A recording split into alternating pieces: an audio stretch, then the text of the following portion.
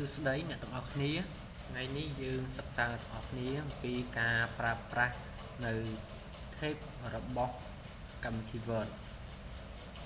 បាទអញ្ចឹង tape របស់កម្មវិធី Word គឺមានចំនួនទាំងអស់គឺ7 tape ណាបាទអញ្ចឹង tape គឺនៅត្រង់ចំណុចនេះបាទនេះ tape ណាគឺទាំង7របស់Microsoft Word ចំពោះ tape នីមួយៗគឺមានសារៈសំខាន់និងតួនាទីខុសៗគ្នាបាទឥឡូវខ្ញុំសូមលើកយកទី1គឺគេឲ្យឈ្មោះថា left tape បាទអញ្ចឹង left tape គឺប្រើសម្រាប់ធ្វើការតម្រឹមផ្នែកខាងឆ្វេងឧទាហរណ៍ឥឡូវខ្ញុំយក tape នេះមកប្រើ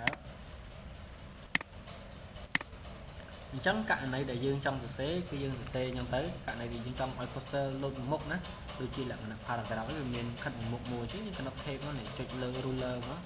យើងចង់ចុចទៅណាចុច highlight មួយអញ្ចឹងយើងនៅលើ keyboard វាមានពាក្យថា tape អញ្ចឹងយើងចុច tape មកវារត់មក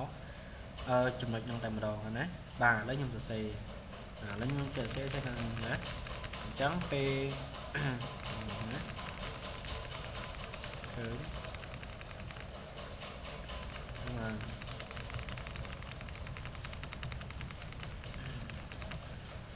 អញ្ចឹងឥឡូវយើងមើលមានចំណុចមើលមានអ្វីដែលប្លែកហ៎អញ្ចឹងការកំណត់នៅ left tape នេះគឺវាសម្រាប់ធ្វើការតម្រឹមផ្នែកខាងឆ្វេងនេះណាជាងឃើញខាងឆ្វេងវាស្មើគ្នាហ៎បាទនេះគឺជា left tape ចំពោះឯ tape មួយទៀតគឺគេឲ្យឈ្មោះថា center tape center tape នេះគឺប្រើសម្រាប់ការកំណត់នៅផ្នែកកណ្ដាលណាបាទឥឡូវឧទាហរណ៍ខ្ញុំចុចលើនេះបាទចុចយក center tape ខ្ញុំចុចលើចំណុចវាដកណាបាទអញ្ចឹងពេលដែលខ្ញុំសរសេរhello ខ្ញុំ enter មក tape ទៀត welcome to learn tape in Microsoft Word បាទអញ្ចឹងយើងឃើញណាបាទអញ្ចឹង center tape នេះគឺប្រើសម្រាប់ដោយការចំណុចកណ្ដាលណាអញ្ចឹងមានន័យថានេះចំណុចកណ្ដាលនេះពីផ្នែកខាងឆ្វេងនិងផ្នែកខាងស្ដាំគឺមានលក្ខណៈស្មើគ្នាឃើញណាពេលខ្ញុំចុចឲ្យវាជាប់អញ្ចឹងទៅគឺវាគូសណាបាទអញ្ចឹងផ្នែកខាងឆ្វេងនិងខាងស្ដាំគឺស្មើគ្នាអញ្ចឹងវារកចំណុចកណ្ដាលណាមួយណាបាទអញ្ចឹង center tape មានលក្ខណៈបែបហ្នឹងចំពោះឯ tape ម្យ៉ាងទៀតគឺគេឲ្យឈ្មោះថាright tape អញ្ចឹងគឺវាសម្រាប់កំណត់ផ្នែកខាងស្ដាំដែរណាអញ្ចឹងយើងកំណត់មកនេះត្រង់លេខ13 that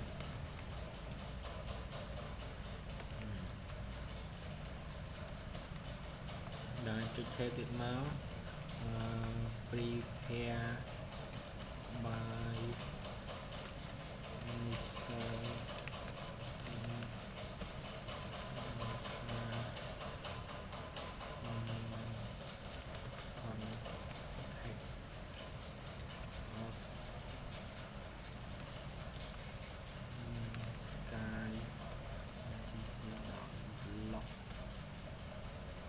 spot.com បាទយើងឃើញអត់អញ្ចឹងនៅពេលដែលយើងប្រើប្រាស់ left right tape គឺវាសម្រាប់ធ្វើការកំណត់នៅផ្នែកខាងស្ដាំណាឲ្យស្មើគ្នាខាងឆ្វេងគឺវាមិនខ្វល់ទេទោះជាវែងក៏ខ្លីក៏ដោយតែមិនឲ្យតែខាងស្ដាំស្មើគ្នាបាទនេះគឺជាអត្ថប្រយោជន៍នៃការប្រើប្រាស់ left សំទោសគឺ right tape ចំពោះនេះវិញ decimal tape ហ្នឹងគឺប្រើប្រាស់សម្រាប់ធ្វើការកំណត់នៅផ្នែកទស្សភាគបាទឧទាហរណ៍ខ្ញុំចុចទៅលើត្រង់ចំណុចនេះដើម្បីធ្វើការផ្លាស់ប្ដូរនៅtape ជ្រើសរើសយកពាក្យថា decimal tape ខ្ញុំចុចទៅលើលេខ3ណាបាទខ្ញុំចុច tape មួយខ្ញុំដាក់ 1000 ចុច 00 បាទខ្ញុំចុច tape មកទៀត 100 ចុច 50 បាទខ្ញុំចុចមកខ្ញុំឲ្យច្រើនមកចុច 00 10 ចុចណាឃើញទេបាទអញ្ចឹងការប្រើប្រាស់នៅ decimal tape នេះគឺប្រើសម្រាប់ធ្វើការកំណត់នៅចំនួនទស្សភាគឃើញទេឃើញកន្លែងចុចទេអញ្ចឹងចុចគឺស្មើគ្នាទាំងអស់ណានេះចុចនេះ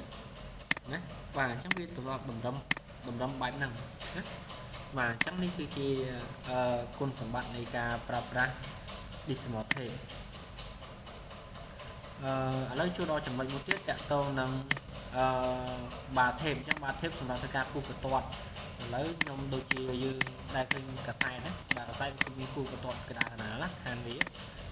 ឡូវខ្ញុំដាក់ថា3ចុះបាទដាក់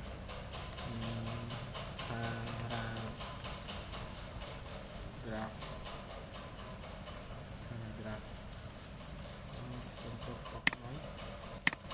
paragraph 1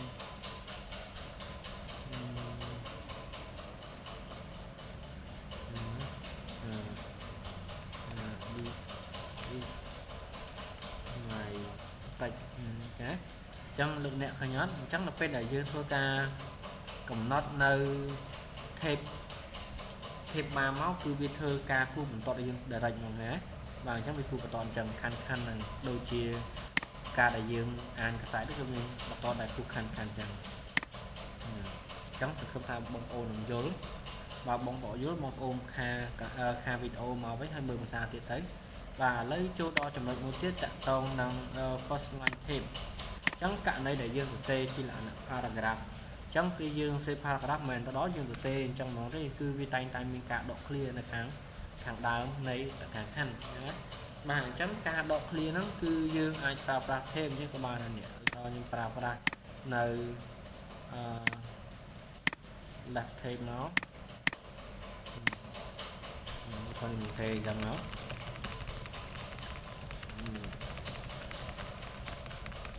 ណាខ្ញុំសរសេរអញ្ចឹងក៏ប៉ុន្តែនៅពេលដែលខ្ញុំ enter ឃើញ cursor វា load មកខាងដើមហ្នឹងហ៎បាទខ្ញុំអត់ចង់ឲ្យវា load មកខាងដើមអញ្ចឹងទេនៅពេលដែលខ្ញុំសរសេរ paragraph ទី1ចូល paragraph ថ្មីខ្ញុំចង់ឲ្យវា load មកត្រង់ចំណុចមួយនេះដោយមិនចាំបាច់ចុច tape តែម្ដងណាបាទអញ្ចឹងគឺយើងអាចធ្វើបានដោយគ្រាន់តែយើងជ្រើសរើសយកពាក្យថា first line index នេះតែម្ដងគឺយើងនឹងធ្វើការកំណត់តែម្ដងគឺហើយហើយណាយើងចុចលើមកនេះfirst line index នេះណាបាទរូបបែបនេះអញ្ចឹងយើងចុចលេខ1មកហើយណាក៏បានដែរណាបាទលេខ1បាទខ្ញុំសរសេរហើយខ្ញុំសរសេរ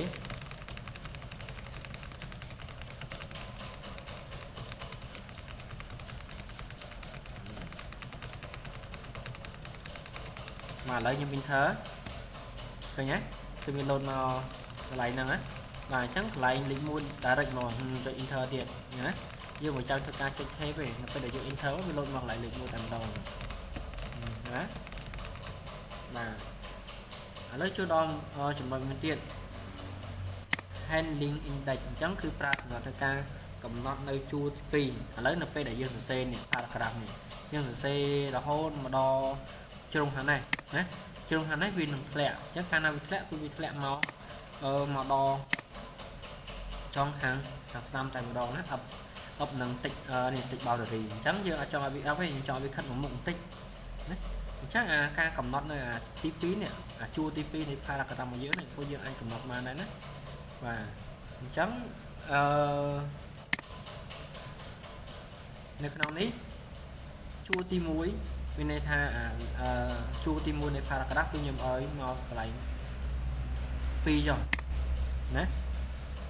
ហើយនៅពេលដែលខ្ញុំសរសេរអត្ថបទរហូតដល់ចុងនេះពេលវាធ្លាក់ចូលដល់ជួរទី2គឺឲ្យវា load មកត្រឹមកន្លែងនេះកន្លះនេះណាអញ្ចឹងខ្ញុំដូរមកអញ្ចឹងយើងប្រើ handling index នេះចុចលើនេះមកណាអញ្ចឹងជួរទី1គឺយើងសរសេរត្រឹមលេខ2ជួរទី2ជួរទី3នោះគឺយើងសរសេរត្រឹមកន្លះណាបាទឥឡូវខ្ញុំសរសេរណាបើពេលវាធ្លាក់ចាវាមកឯកន្លះឃើញអត់បាទខ្ញុំ enter មកវា load មកលេខ2ចឹងណាបាទដល់ពេលខ្ញុំ enter ទៀតមក load មកលេខ2បាទអញ្ចឹងខ្ញុំសង្ឃឹមថាបងប្អូននឹងយល់តទៅនឹងការប្រើប្រាស់ text នៅក្នុង Microsoft Word បាទសូមអរគុណសម្រាប់ការទស្សនារបស់លោកអ្នក